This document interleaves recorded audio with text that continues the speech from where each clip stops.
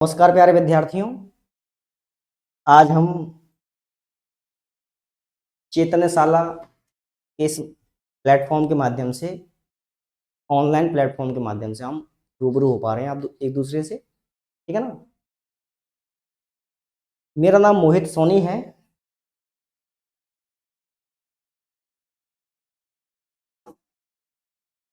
और मेरी जो सब्जेक्ट है वो मैथमेटिक्स रहेगी, यानी मैथ्स रहेगी, ठीक है ना। हम मैथ्स पढ़ेंगे और कौन कौन सी क्लास की मैथ रहेगी? 11वीं और 12वीं की, 11th एंड 12th, ठीक है ना। 11th और 12th की मैथ के बारे में हम यहाँ चर्चा करने वाले हैं। मैं ऑलरेडी 11th क्लास के चैप्टर नंबर फर्स्ट की शुरुआत कर चुका हूँ और उसके कई सारे वीडियोस बना भी चुका हूँ। और चेतनशाला जो ऐप है, जैसा कि आपको ये आइकन दिख रहा होगा, प्ले स्टोर पर जाएंगे आप तो आपको ये आइकन के साथ में इस ऐप को डाउनलोड कर लेना है। यहाँ पर काफ़ी वीडियोस भी पड़ी हुई हैं 11th के लिए। तो जो बच्चे 10वीं में हैं या 10वीं से पास आउट हुए हैं, वो 11वीं में मैथ्स लेना चाह रहे हैं, तो वो इस ऐप को मैथ्स लें, फिजिक्स, ये सारा जो ऐप है इसे फिजिक्स, केमिस्ट्री, मैथ और बायोलॉजी प्लस में इंग्लिश इसमें हम करवाएंगे कुछ समय बाद। इन सब्जेक्टों के साथ में अगर कोई चल रहा है फिलहाल तो वो चेतनशाला के साथ जुड़ सकता है। मैं मैथ पढ़ा रहा हूँ और अदर जो टीचर्स हैं वो फिजिक्स केमिस्ट्री के सभी टीचर यहाँ लगे हुए हैं, तो ये पढ़ा रहे हैं, ठीक है ना। काफ़ी बढ़िया तरीके से तैयारी होगी आपकी और हमारा टारगेट ये है कि आपकी तैयारी जो है वो 100 में से 100 की तैयारी यहाँ पे रहेगी। एक भी नंबर नहीं कटने दिया जाएगा, आप इस चीज का विश्वास रखें, क्योंकि तैयारी जो है वो 0 लेवल से उठा करके और एकदम टॉप लेवल तक, टॉप तक करवाई जाएगी, एकदम टॉप, बिल्कुल बेसिक से स्टार्ट करेंगे और टेंड करवाएंगे टॉप तक, ठीक है ना। वो बच्चा भी पढ़ सकता है जो ये सोचता है कि मैथ तो यार हम पे नहीं आएगी, क्या है मैथ, क्या है फिजिक्स। बिल्कुल आसान से आसान हर कंसेप्ट क्लियर हो जाएगा, कोई प्रकार किसी प्रकार की कोई दिक्कत नहीं रहेगी। अगर कोई समस्या फिर भी आती है, अगर कोई समस्या फिर भी आती है तो आप हमें 100% उसके बारे में बताएं, हम आपको 100% उसका सॉल्यूशन करके देंगे। किसी प्रकार की कोई समस्या नहीं आने देंगे, ये हमारी आपसे वादा है, एक तरीके से ये मान लें आप, ठीक है ना। और दूसरी बात, आप इस ऐप को तो डाउनलोड कर ही लें, इसके कई सारे टेलीग्राम है, टेलीग्राम पेज बना हुआ है, व्हाट्सएप पर इसका जो है ग्रुप बना हुआ है, यूट्यूब पर हमारी ये चैनल इसी नाम से सर्च करें आप, मिल जाएगा, वहां पर भी आपको वीडियोस मिल जाएंगी। इसके अलावा इंस्टाग्राम अगर कोई चलाता है तो इंस्टाग्राम के अकाउंट बने हुए हैं, फेसबुक अगर कोई चलाता है तो फेसबुक के अकाउंट बने हुए हैं। तो सभी जगहों पर आपको अगर इंफॉर्मेशन इस हमारी इंस्टीट्यूट के लिए लेनी है तो आप इकट्ठा कर सकते हो सब जगह से। आपको सभी प्रकार की हेल्पफुल ये सारे ऑनलाइन जो प्लेटफॉर्म है, इंस्टाग्राम, फेसबुक, ये सारी की सारी चीज़ें आपको हमसे रूबरू करवाएंगी। और आप चेतनशाला ऐप को जरूर डाउनलोड कर लें। दीपावली का मौका है, जो जो कोर्सेज यहाँ पर जिनकी जो जो रेटेड चल रही हैं, बहुत मिनिमम प्राइस है, बिल्कुल ये मान लो बहुत ही कम। हमारा टारगेट उन बच्चों के लिए नहीं है जो बहुत ज़्यादा मतलब एक्स्ट्रा लेवल पे है, हमारा टारगेट उन बच्चों के लिए भी है जो बिल्कुल गांव से बिलोंग करते हैं, जिनके पास में पढ़ाई लिखाई का कोई साधन नहीं है या पढ़ाई करने के लिए जाते हुए वहाँ टीचर नहीं है, कई प्रकार की असुविधाएं हैं। तो बिल्कुल जो बच्चे गांव में रहते हैं, जिनके पास किसी प्रकार की सुविधा नहीं है, वो हमसे जुड़ सकते हैं। उनके गांव को ही ये प्लेटफॉर्म शहर बना देगा, ये हमारी गारंटी है, ठीक है ना। एक अच्छा परिणाम देने के लिए आप चेतनशाला को चुन सकते हैं, एक बार ट्राई करें। अगर आपको अच्छा लगता है तो आप हमसे जुड़ें, वैसे आपकी मर्जी है, कोई दिक्कत नहीं है, ठीक है ना। तो हमारा आज का जो टॉपिक है, हम फिलहाल क्योंकि 11वीं पढ़ा चुका हूं मैं, 11वीं की वीडियो डली हुई हैं और रेगुलर लाइव आता हूं मैं सुबह, तो आप बैच को ज्वाइन करें। 11th क्लास का जो बैच है वो ऑलरेडी पब्लिश्ड हो चुका है और यहाँ से हमने लॉन्च भी कर दिया उसको, ठीक है ना। तो आप आराम से उसको ज्वाइन कर सकते हैं जो 10वीं से आकर के 11वीं में आ रहे हैं, ठीक, किसी प्रकार की कोई दिक्कत नहीं है। क्योंकि आपके एग्जाम नज़दीक आ रहे हैं तो आपको मेरे हिसाब से कर लेना चाहिए, एग्जाम काफ़ी नज़दीक है, मुझे लगता है कि आपको ये बैच ज्वाइन कर लेने चाहिए। और 12वीं क्लास का जो बैच है वो आज से ही लॉन्च हो जाएगा, लगभग मान लो हो ही गया है। जैसे ही ये वीडियो बनेगी, जैसे ये वीडियो अपलोड होगी, तुरंत आपका बैच स्टार्ट हो जाएगा और आप आज से ही कंटिन्यू हो जाए हमारे साथ में। हर प्रकार के टॉपिक को आसान वे में बताया जाएगा, आपका एग्जाम में सवाल नहीं छूटेगा, ये हमारी गारंटी है, ठीक है ना। इस ऐप को जैसे खोलेंगे आप, हालांकि इस ऐप के बारे में, इसको कैसे डाउनलोड करना है, कैसे चलाना होता है, इसके लिए भी हम एक अलग से वीडियो बनाएंगे, तो आपको सारी इन्फॉर्मेशन उस वीडियो के माध्यम से मिल जाएगी। इसमें क्या क्या फीचर हैं, क्या क्या सुविधाएं हैं इसके अंदर, ठीक है ना। बहुत ही कम रेट में आपको सारी सब चीजें एक ही प्लेटफॉर्म पर मिल रही है। मुझे लगता है इससे अच्छा मौका कहीं नहीं हो सकता है, ठीक है ना। तो हम अपने टॉपिक पर आते हैं। तो आज हम स्टार्ट करने वाले हैं 12th क्लास का। क्लास 12th है, मैं पेन ले लेता हूँ थोड़ा सा अलग अलग, देखें।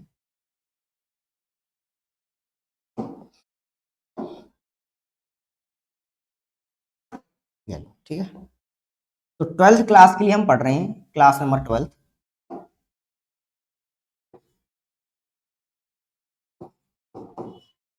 ठीक है ना, और पढ़ेंगे क्या हम, मैथमेटिक्स।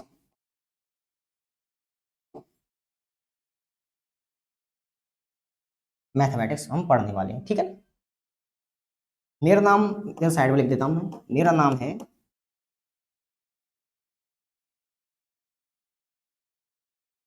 मोहित सोनी, ठीक। ओके, इसके अलावा अब हम क्या क्या पढ़ने वाले हैं, कितने टॉपिक हैं, वो सारी चर्चा हम एक अलग से वीडियो बनाएंगे सिलेबस के बारे में। मैं सीधा ही टाइम खराब ना करते हुए, क्योंकि ये हमें कोर्स जल्दी से लॉन्च भी करना है, आपको पढ़ना भी है, समय काफ़ी निकल भी चुका है, तो समय ज़्यादा खराब ना हो, इसलिए मैं डायरेक्ट ही अपने पॉइंट पर आता हूँ, मुद्दे की बात करते हैं हम, जो आप भी करना चाहते हैं शायद मुद्दे की बात, तो वही बात हम कर रहे हैं। 12th क्लास के बारे में हम पढ़ेंगे, ठीक है ना, क्लास नंबर 12। ओके, मेरा नाम भी मैं लिख देता हूँ शॉर्ट में।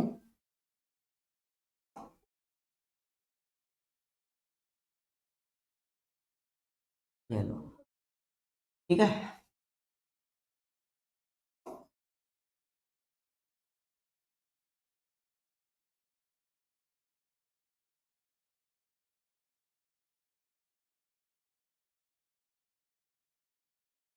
हम्म,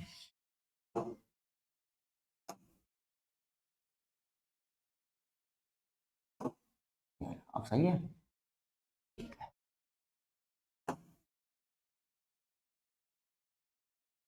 टॉपिक कौन सा है अपना, टॉपिक है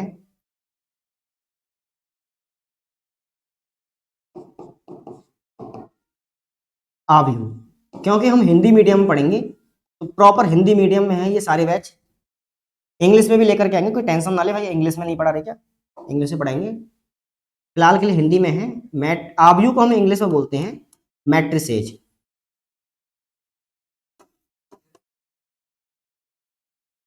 आव्यूह को इंग्लिश में मैट्रिसेज बोलते हैं, ओके। मैट्रिक्स कहते हैं, मैट्रिसेज कहते हैं, बात एक ही है, ठीक है ना। चैप्टर नंबर कौन सा है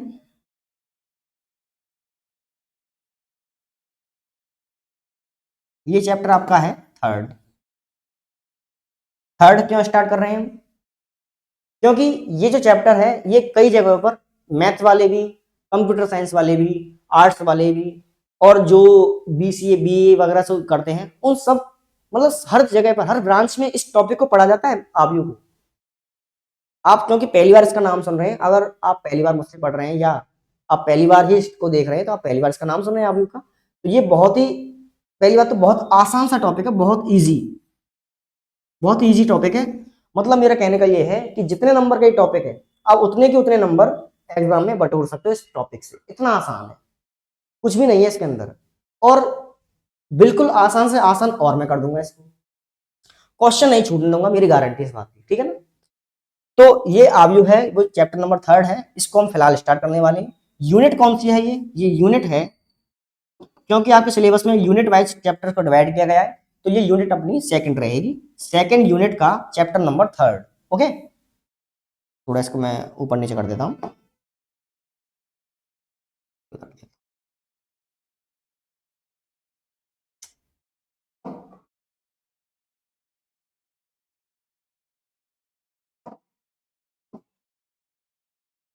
आप चिपक जा भाई। ठीक है, इसको ऊपर करते हैं अपन, यूनिट को पहले ऊपर कर देते हैं। अब इसको लेके आते हैं।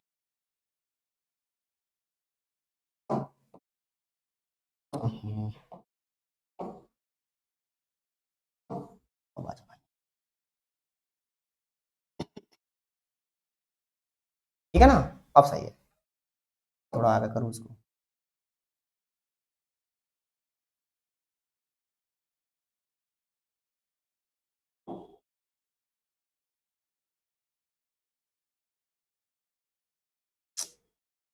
एक बिंदी दिक्कत कर रही है ना आपको? चलो चलो ठीक है।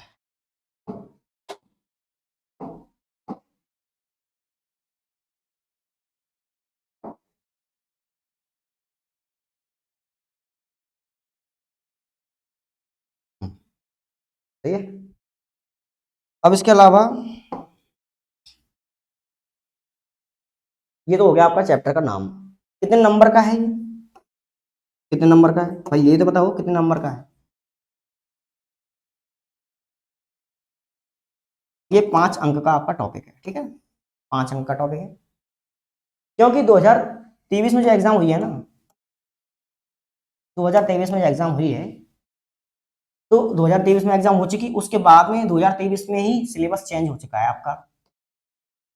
और सिलेबस चेंज, जो पहले एनसीईआरटी बुक चलती थी, एनसीईआरटी, जो पहले एनसीईआरटी बुक चलती थी आपकी, उसका जितना सिलेबस था उसमें से 30% सिलेबस को कम किया गया है। यानी बचा हुआ 70% सिलेबस जो है उसको बना करके नई बुक बनाई गई है। तो हम उस नई बुक को पढ़ने वाले हैं, और उसी 70% सिलेबस को आप 100% कर दिए, मतलब 70% सिलेबस ही है, तो 100% हटा करके जो 70% सिलेबस रह गया है, 100% में से 30% हटा के 70% जो रह गया है, हम अब उस 70% सिलेबस की बात करेंगे। उस पर जो नई नई किताबें बनी हैं 2023 के बाद में, ये एग्जाम लगे उसके बाद में, जो 2024 में पहली बार एग्जाम लगी है, उसमें यहाँ से इस किताब का यूज हुआ है, इस सिलेबस का यूज हुआ है। ठीक है ना, मेरा कहने का मतलब ये है। ठीक है, तो हम इसके अकॉर्डिंग पढ़ेंगे। अब पुरानी किताब अगर किसी के पास है तो वो नया सिलेबस के अकॉर्डिंग पढ़े, सिलेबस डाउन कर ले। मैं ऐप के अंदर सॉरी, मैं ऐप के अंदर जो नया सिलेबस को डलवा दूंगा। ठीक है ना, तो वहां से देख देख के आप आराम से देख सकते हैं। किसी प्रकार की कोई दिक्कत रहे तो बताएं।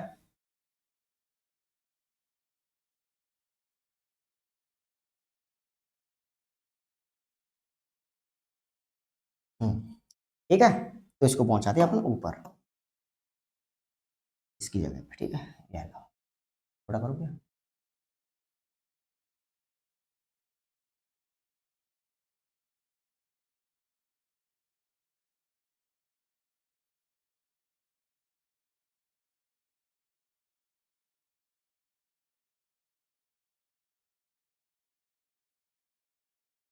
हम्म,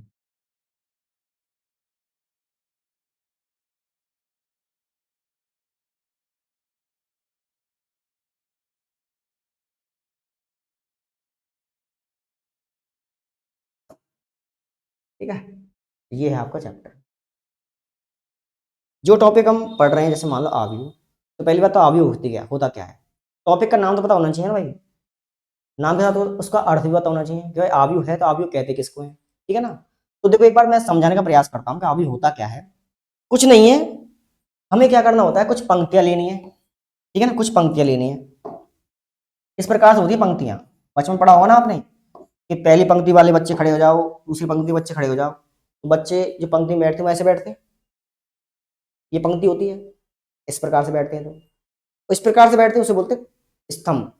लाइन में खड़े हो जाओ, स्तंभ। ठीक है ना, पहली पंक्ति पंक्ति इस प्रकार से रहती है, स्तंभ इस प्रकार से रहता है। ठीक है, तो ये पंक्ति हो गई, इसे बोलते हैं हम पंक्तियां, यानी कि रो। रो यानी पंक्ति। ठीक है ना, और इस प्रकार से जो रहती हैं उसे बोलते हैं हम कॉलम।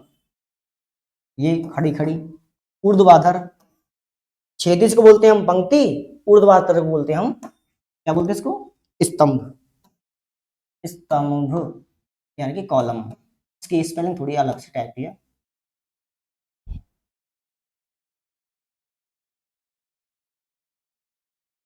कॉलम। ठीक है ना, स्तंभ या कॉलम। ओके, इस प्रकार से इन्हें हम बोलते हैं पंक्ति या स्तंभ। बात क्लियर है इतनी? अब देखें एक बार,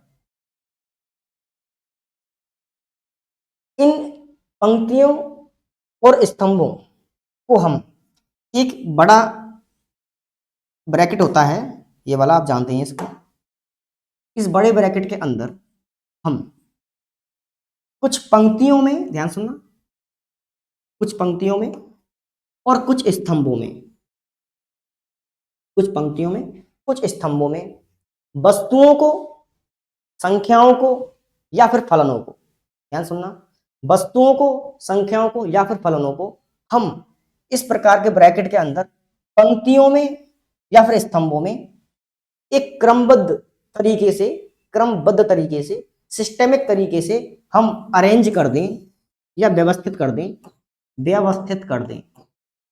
है ना, सिस्टेमिक तरीके से हम व्यवस्थित कर दें।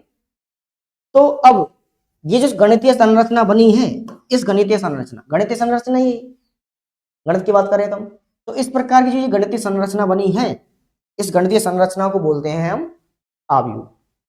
पहला पॉइंट इतना तो क्लियर हुआ, ठीक है ना।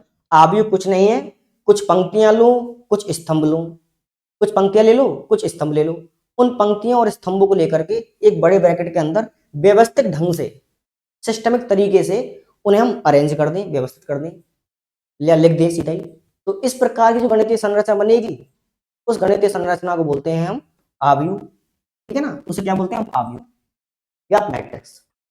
बात क्लियर है। तो आव्यूह या मैट्रिक्स की जो गणितीय संरचना होती है वो होती है आयताकार, क्योंकि ये आयत बनता है एक तरीके का, वर्ग भी बन सकता है, तो वर्ग भी एक आयत ही होता है, ये आयत हो गया, ये वर्ग हो गया, ठीक है ना, वर्ग आयत, तो आयताकार ही बोलेंगे इसको।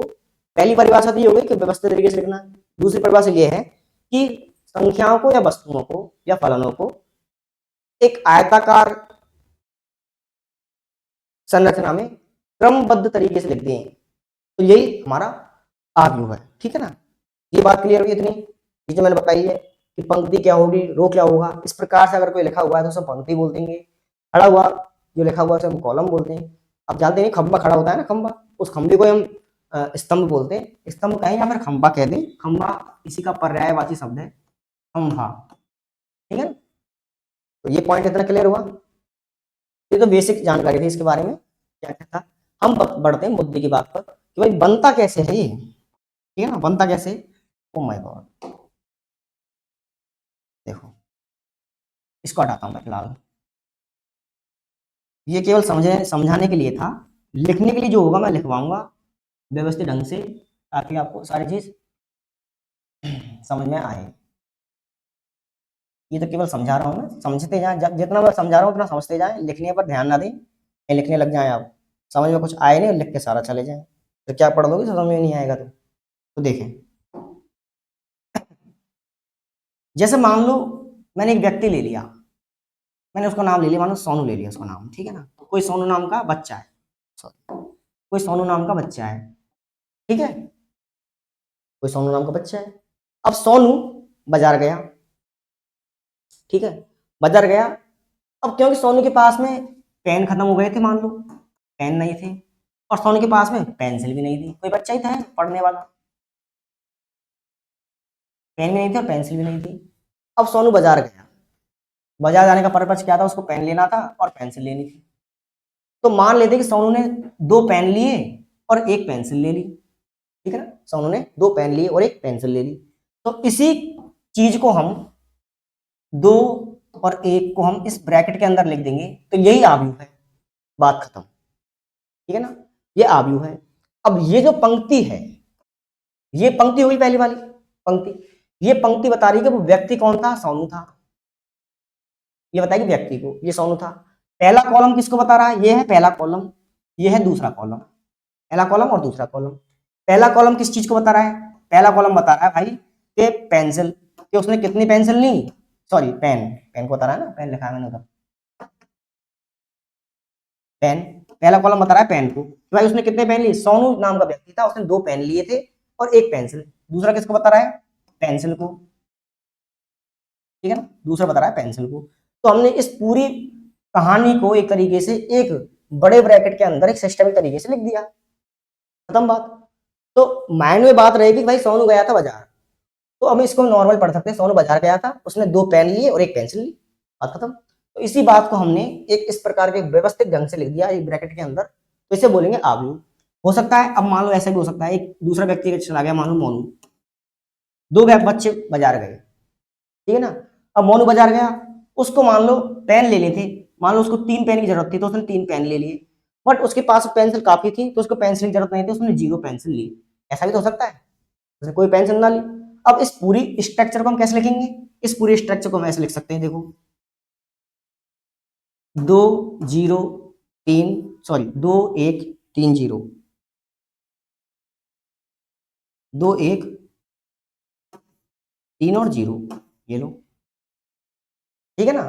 तो अब ये जो है, ये है पहली पंक्ति, यानी कि इसको बोलेंगे हम R1, और ये है दूसरी पंक्ति, इसको बोलेंगे R2। मैंने यही तो बताया था, इसको बोलेंगे हम पंक्ति, इसको बोलेंगे हम कॉलम, ठीक है ना। तो पहली पंक्ति क्षैतिज में जो है उसे पंक्ति बोलेंगे, ऊर्ध्वाधर जो है उसे कॉलम बोलेंगे। ये हो गया पहला कॉलम C1, और ये हो गया दूसरा कॉलम C2। अब देखो ध्यान से, पहला जो पंक्ति है वो बता रही है किसको, सोनू को। पहली पंक्ति सोनू के बारे में बात करेगी, दूसरी पंक्ति करेगी मोनू के बारे में बात, ठीक है ना। बात क्लियर है, पंक्तियों की बात तो ये हो गई। पहला कॉलम बात कर रहा है पेन की, और दूसरा कॉलम बात कर रहा है पेंसिल की, ठीक है। अब ध्यान सुनिए, सोनू गया बाजार, उसने 2 पेन लिए और 1 पेंसिल ली, पॉइंट क्लियर है। मोनू गया बाजार, उसने 3 पेन लिए और 0 पेंसिल ली, पढ़ लिया, आ गया समझ में। इस प्रकार से स्ट्रक्चर बना करके हम गणित संरचना बना करके एक पंक्ति और स्तंभ में वस्तुओं को, संख्याओं को या फलनों को व्यवस्थित ढंग से लिख दें, तो अब इसे ही बोलते हैं हम आव्यूह। अगर आप चाहें तो ये थोड़ा सा जो मैंने लिखा है, इसको आप लिखना चाहें तो लिख सकते हैं, मैं इसको थोड़ा छोटा कर देता हूं।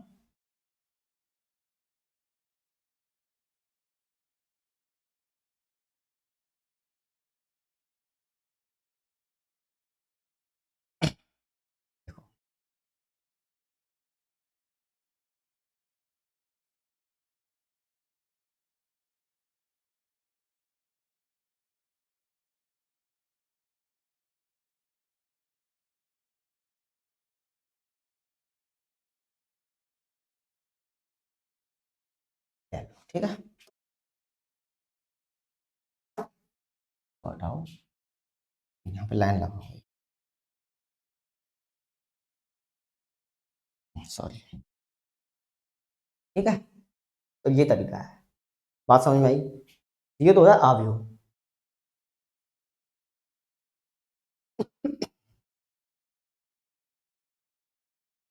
इस तरीके से लिखना, इसको मैंने इस तरीके से लिख दिया, तो ये बात हुई आव्यूह की, इतनी बात क्लियर हुई। तो अब देखें एक बार, किस तरीके से लिखना होता है, वो बात होगी कि बनता कैसे है, स्ट्रक्चर कैसी रहेगी, वो सारी बात क्लियर है। तो आव्यूह होता है ये। अब बात करते हैं हम कि भाई आव्यूह की परिभाषा क्या होगी, परिभाषा कैसे देंगे आव्यूह की हम, तो मैं परिभाषा की बात कर लेता हूं, अगली स्लाइड पर चलते हैं। डेफिनेशन, साल से लिखूं क्या, डेफिनेशन फर्स्ट वाली, बस एक ऐसी गणितीय संरचना, देखो पहली बात एक थी गणितीय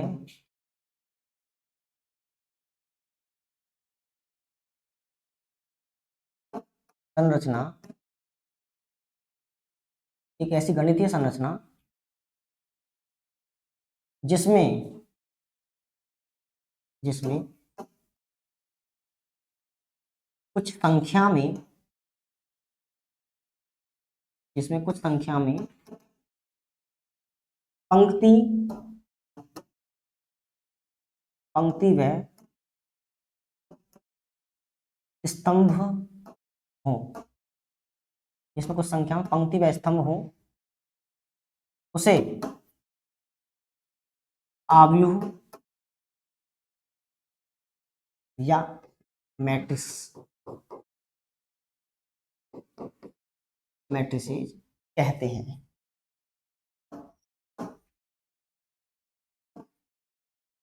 दूसरी डेफिनेशन साथ के साथ है, डेफिनेशन नंबर सेकंड,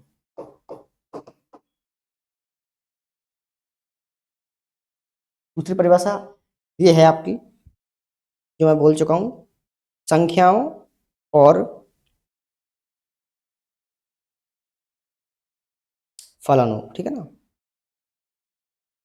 संख्याओं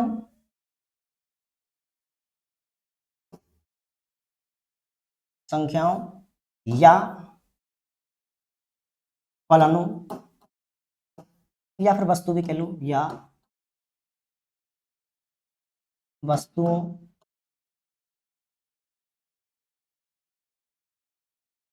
का आयताकार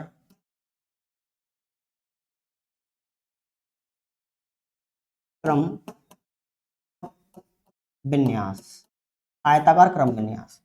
आयताकार क्रम विन्यास का मतलब क्या हो गया कि स्ट्रक्चर जो रहेगी, मैंने अभी बता दी थी आपको, आयताकार रूप में रहेगी, ठीक है ना।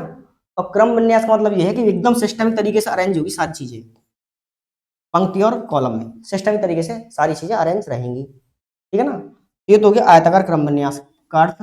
और इसे ही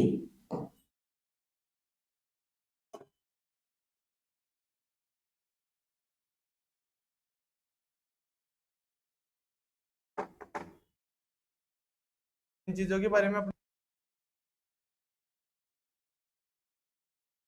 हेलो तो बात खत्म है इसकी, है ना। कहाँ से प्राप्त होगी अपने को, इन चीजों से प्राप्त होती है। क्रम विन्यास होता है, उसे हम क्या बोलते हैं, आव्यूह बोल देते हैं। बात करें, क्लियर है। इसमें संख्याओं उपयोग करते हो या निर्भर फलनों, संख्याओं या हेलो फलनों बच्चों, को भोजन के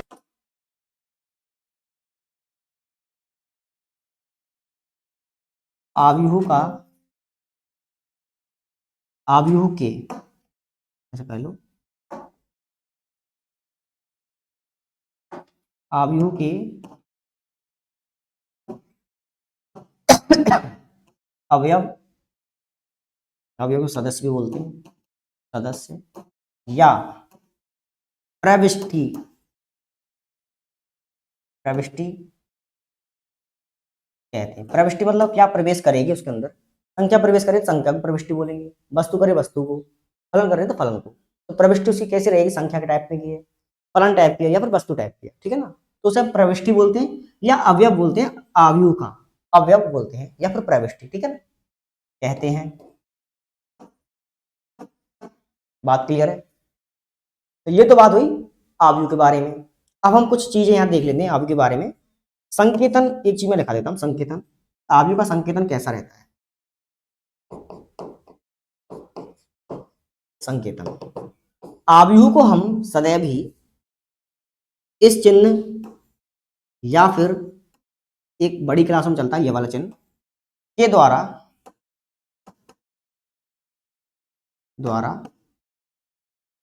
व्यक्त करते हैं। ओके, पहला पॉइंट। दूसरा पॉइंट,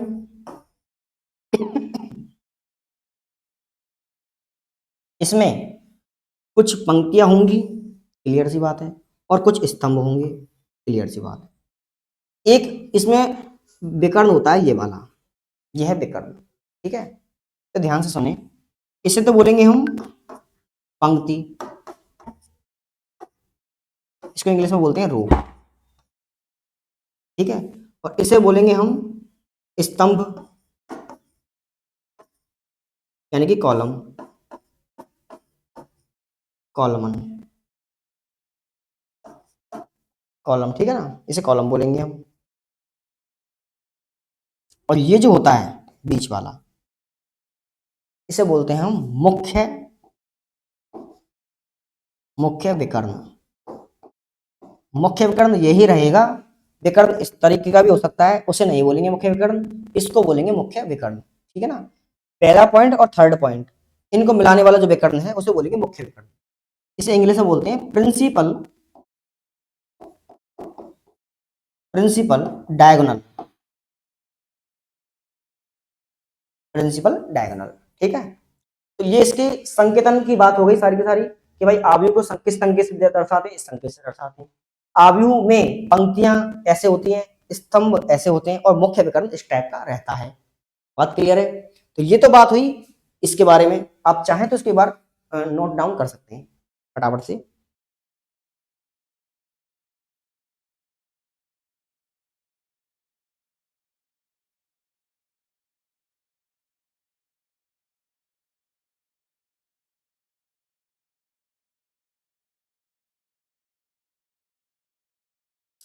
अगला आगे चलते हैं हम। तो ठीक है ना, तो लिख लिया, संकेतन हमने पढ़ लिया था, 2 पॉइंट पढ़ लिए थे। अब उसका तीसरा पॉइंट है संकेतन का। हाँ, एक मिनट रुको, कलर थोड़ा डिफरेंट हो गया है।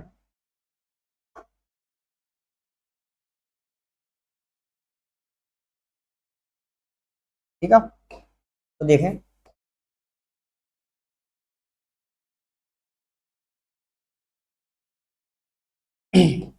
तीसरा पॉइंट, मैट्रिक्स में कुछ संख्या में पंक्तियां रहेंगी और कुछ संख्या में स्तंभ रहेंगे। कुछ संख्या में पंक्तियां, जैसे मान लो 1 2 and so on up to infinity, कई सारी हो सकती हैं। इन्फिनिटी नहीं होंगी, फिक्स ही होंगे, है ना। स्तंभ भी हो सकते हैं कुछ संख्या में, तो ये स्तंभ। अब पंक्तियों की संख्या और स्तंभों की संख्या कोई ना कोई तो होगी। हो सकता है 2 और 3 हो, 2 पंक्तियां हो 3 स्तंभ हो। तो एक जनरल तरीके से हम उसको कैसे लिखेंगे, ऐसे लिखेंगे, इस ब्रैकेट के नीचे की साइड में राइट हैंड में m क्रॉस n लिखेंगे। स्पष्ट रूप से m जो है वो बताएगा कि ये क्या है, पंक्तियां। m क्या है, पंक्ति, और n क्या बताएगा, स्तंभ को।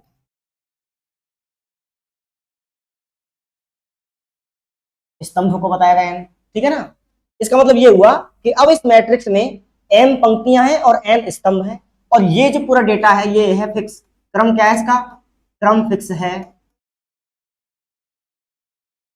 क्रम फिक्स है का मतलब क्या हुआ कि हमने मैट्रिक्स से नीचे जो m क्रॉस n लिखा, क्रॉस से पहले, क्रॉस से पहले ये जो m लिखा हुआ है ये बताएगा पंक्ति को, रो को, और क्रॉस के बाद में जो n लिखा हुआ है ये बताएगा कॉलम को।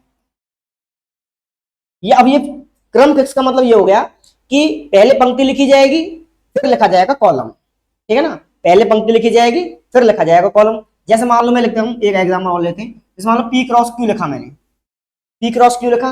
अब पी क्रॉस क्यू के बाद में यहाँ पे कोई ना कोई मैट्रिक्स होगी, इसकी कोटि है पी क्रॉस क्यू। अच्छा, कोटि के बाद बात में करेंगे। पी क्रॉस क्यू लिखा हुआ है, तो अब इससे क्या जाहिर हो रहा है, इससे ये पता लग रहा है कि भाई पी जो है इसमें पंक्तियां हैं, यानी जो मैट्रिक्स हम बना रहे हैं पी क्रॉस क्यू की, उसमें पी तो पंक्तियां हैं और क्यू क्या है, स्तंभ। क्यू इसमें स्तंभ है। ठीक है ना, तो ये बात हुई पंक्ति और स्तंभ की। इसको मैं छोटा करके ऊपर कर देता हूँ, इसको इधर रख देते हैं। ठीक है ना, तो ये देख लें। अब दूसरी बात,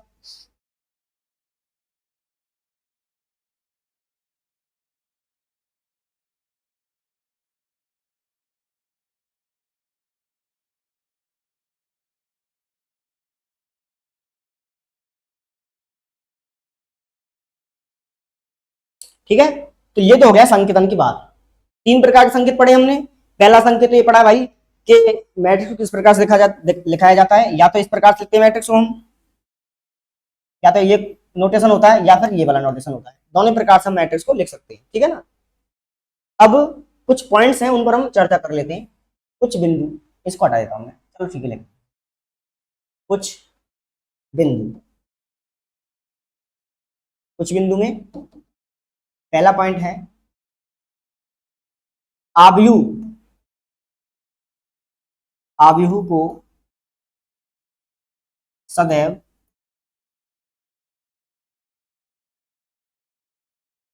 अंग्रेजी वर्णमाला के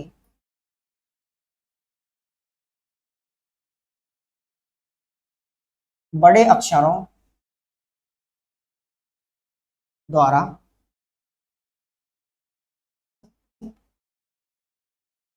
व्यक्त किया जाता है।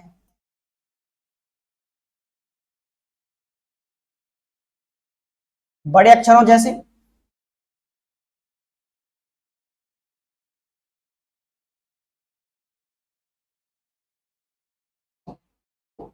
जैसे capital A, capital B, capital C, up to dot dot के द्वारा व्यक्त किया जाता है। ठीक है ना। तो मैट्रिक्स को हम एबीसी द्वारा व्यक्त करेंगे। एक एग्जांपल मैं लिख देता हूं इधर। एग्जांपल, फॉर एग्जांपल, जैसे मान लो ए बराबर, मैंने कोई मैट्रिक्स ले ली ए बी सी डी। ठीक है ना। ये कोई भी मैट्रिक्स है, इसमें 4 अवयव हैं। ठीक है, ये बात क्लियर हुई इतनी।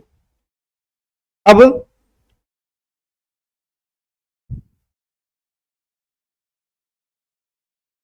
या फिर ये लिख लो, उसको ऐसा करो,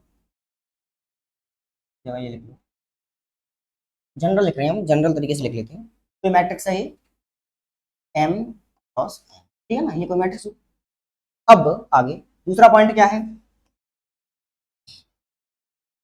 दूसरा पॉइंट है आव्यूह में अवयवों की संख्या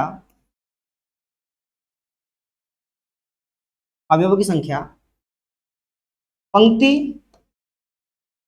गुना स्तंभ।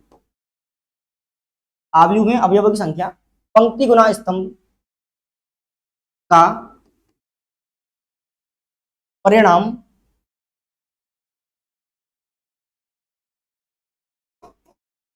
होती है। यानी कि पंक्ति गुना स्तंभ का परिणाम होती है का मतलब क्या हुआ?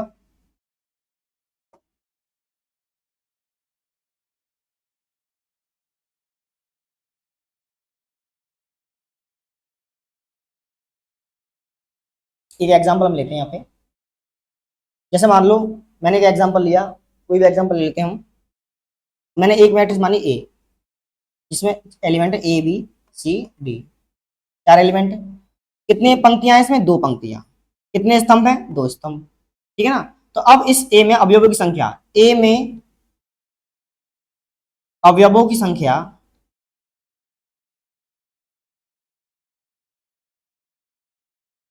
संख्या बराबर, कितना परिणाम आएगा इसका निकल के? 2 गुना 2 बराबर 4। या ऐसे लिख देता हूं एक बार, 2 गुना 2 बराबर 4। ठीक है ना।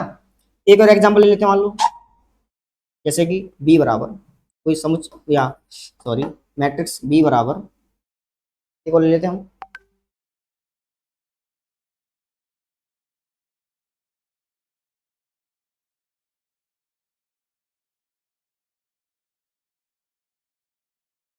जैसे मान लो मैंने कोई मैट्रिक्स ली जनरल। अब इसके अवयव कैसे भी हो सकते हैं, मैंने माना यहाँ लिखा 3 गुना 5। इसका मतलब क्या है कि अब इस मैट्रिक्स में 3 पंक्तियां हैं और 5 स्तंभ हैं। तो अब इस मैट्रिक्स के अंदर एलिमेंट कितने होंगे? तो बी में अवयवों की संख्या, प्रविष्टि बी में अवयवों की प्रवेश करेगी, उसके अंदर संख्या प्रवेश करे, संख्या को प्रविष्टि बोलेंगे। संख्या वस्तु करे वस्तु कितनी हो जाएगी? फलन करें तो फलन। 3 गुना 5 प्रविष्टि उसकी कैसी रहेगी? बराबर फलन टाइप 15, वस्तु टाइप। इसमें 15 एलिमेंट होंगे, उसे प्रविष्टि बोलते हैं। ठीक है ना, या अवयव बोलते हैं। अब एक और पॉइंट रह गया इसमें, अवयव बोलते हैं, तो थोड़ा छोटा कर लेते हैं। ठीक है, कहते हैं। ठीक है, बात क्लियर है। तो ये तो बात हुई आव्यूह के बारे में। अब हम कुछ चीजें यहाँ देख लेते हैं आव्यूह के बारे में। चलो ठीक है ना। अब देखें, एक और पॉइंट है तीसरा, वो क्या है? आव्यूह के या आव्यूह में अवयव वास्तविक व काल्पनिक हो सकते हैं। अगला आगे चलते हैं हम। आव्यूह में अवयव जो हैं वो वास्तविक या काल्पनिक हो सकते हैं का मतलब क्या हुआ? जैसे कि फॉर एग्जांपल देखें, जैसे मान लो ए मैट्रिक्स ली मैंने, इसमें एलिमेंट है 1 2 3 और 4, ठीक है ना। अब चारों एलिमेंट कैसे हैं, वास्तविक है, 1 2 3 और 4 चारों वास्तविक है। अब दूसरा एक और एग्जांपल ले लेते हैं बी, जिसमें है आयोटा, √3, 2 और 4, कुछ भी ले लो अपनी इच्छा से, मैंने तो ये ले ली,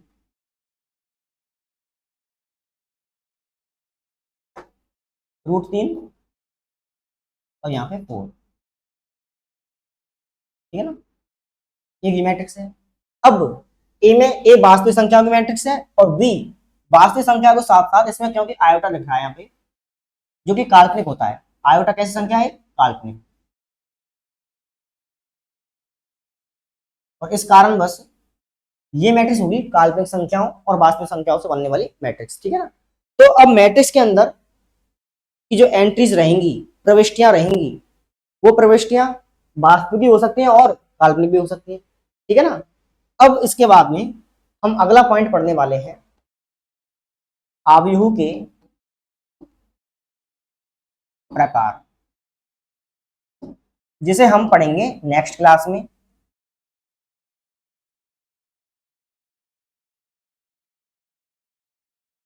नेक्स्ट क्लास में पढ़ेंगे इसको हम, ठीक है ना। तो हो सकता है कि आपकी अच्छी क्लास अच्छी लगी हो। अब दूसरी बात यह है कि देखो चेतनशाला ऐप को आपको डाउनलोड कर लेना है प्ले स्टोर पर जाकर के। इसके अलावा अगर कोई स्टूडेंट मैथ्स का है तो पहली बात तो यहाँ पे फिजिक्स, केमिस्ट्री, मैथ्स, बायोलॉजी की क्लासेस चल रही हैं। इसके अलावा प्लस में हम कोशिश करेंगे कि इंग्लिश की क्लास भी जल्दी चालू हो जाए, ठीक है ना। लेकिन जो स्टूडेंट मैथ्स का है तो वो फिजिक्स लेगा, केमिस्ट्री और मैथ्स लेगा, ठीक है ना। अगर वो इन तीनों को एक साथ कॉम्बो में देखना चाहता है या लेना चाहता है तो उसकी फीस अलग से रहेगी, बहुत ही माइनर फीस है, बहुत कम फीस है। आप हर स्टूडेंट इसको परचेज कर सकता है, कोई दिक्कत नहीं है। और अगर कोई चाहे कि नहीं मुझे केवल फिजिक्स ही पढ़नी है तो फिजिक्स की अलग से है, इसी प्रकार केमिस्ट्री की भी अलग से है और मैथ्स की भी अलग से है। वो अलग अलग भी इन सब्जेक्टों को अपने हिसाब से पढ़ सकता है, ठीक है ना। तो उनकी फीसेस थोड़ी अलग अलग रहेंगी और कॉम्बो अलग से रहेगा, ठीक है। इसी क्रम में अगर कोई मैथ्स का नहीं है, कोई बायो का स्टूडेंट है, जैसे मान लो बायो का है, तो इसी मैथ्स की तरह ही बायो में भी है फिजिक्स, केमिस्ट्री और बायो, सेम वे जैसा मैंने यहाँ बताया वैसा की वैसा यहाँ रहेगा। इसका भी कॉम्बो बैच आपको मिल जाएगा और पर्टिकुलर कोई विषय पर अगर कोई चर्चा करना चाहे, भाई मुझे ये पढ़नी है, तो यहाँ पे पढ़ सकता है, ठीक है ना। और केवल 11वीं 12वीं की क्लास नहीं चल रही चेतनशाला पे। चेतनशाला पर 6 से लेकर के 10th तक की सारी सब्जेक्ट चल रही हैं, ठीक है ना, ऑल सब्जेक्ट। और 11 और 12 की ओनली फिलहाल तो साइंस की क्लासेस चल रही हैं, ठीक है ना। साइंस की क्लास चल रही है जिनमें ये मैंने बता दिया ये वाली क्लास चल रही है सारी की सारी, फिजिक्स, केमिस्ट्री, मैथ और बायो। इसके अलावा इंग्लिश भी हम स्टार्ट कर देंगे, ठीक है ना। तो आप ज़्यादा टाइम नहीं है, एग्जाम नज़दीक आ चुके हैं, तो समय ना गवाएं और फटाफट से ये बैच ले लें, क्योंकि समय गंवाने का टाइम तो अब चला गया है, ठीक है ना।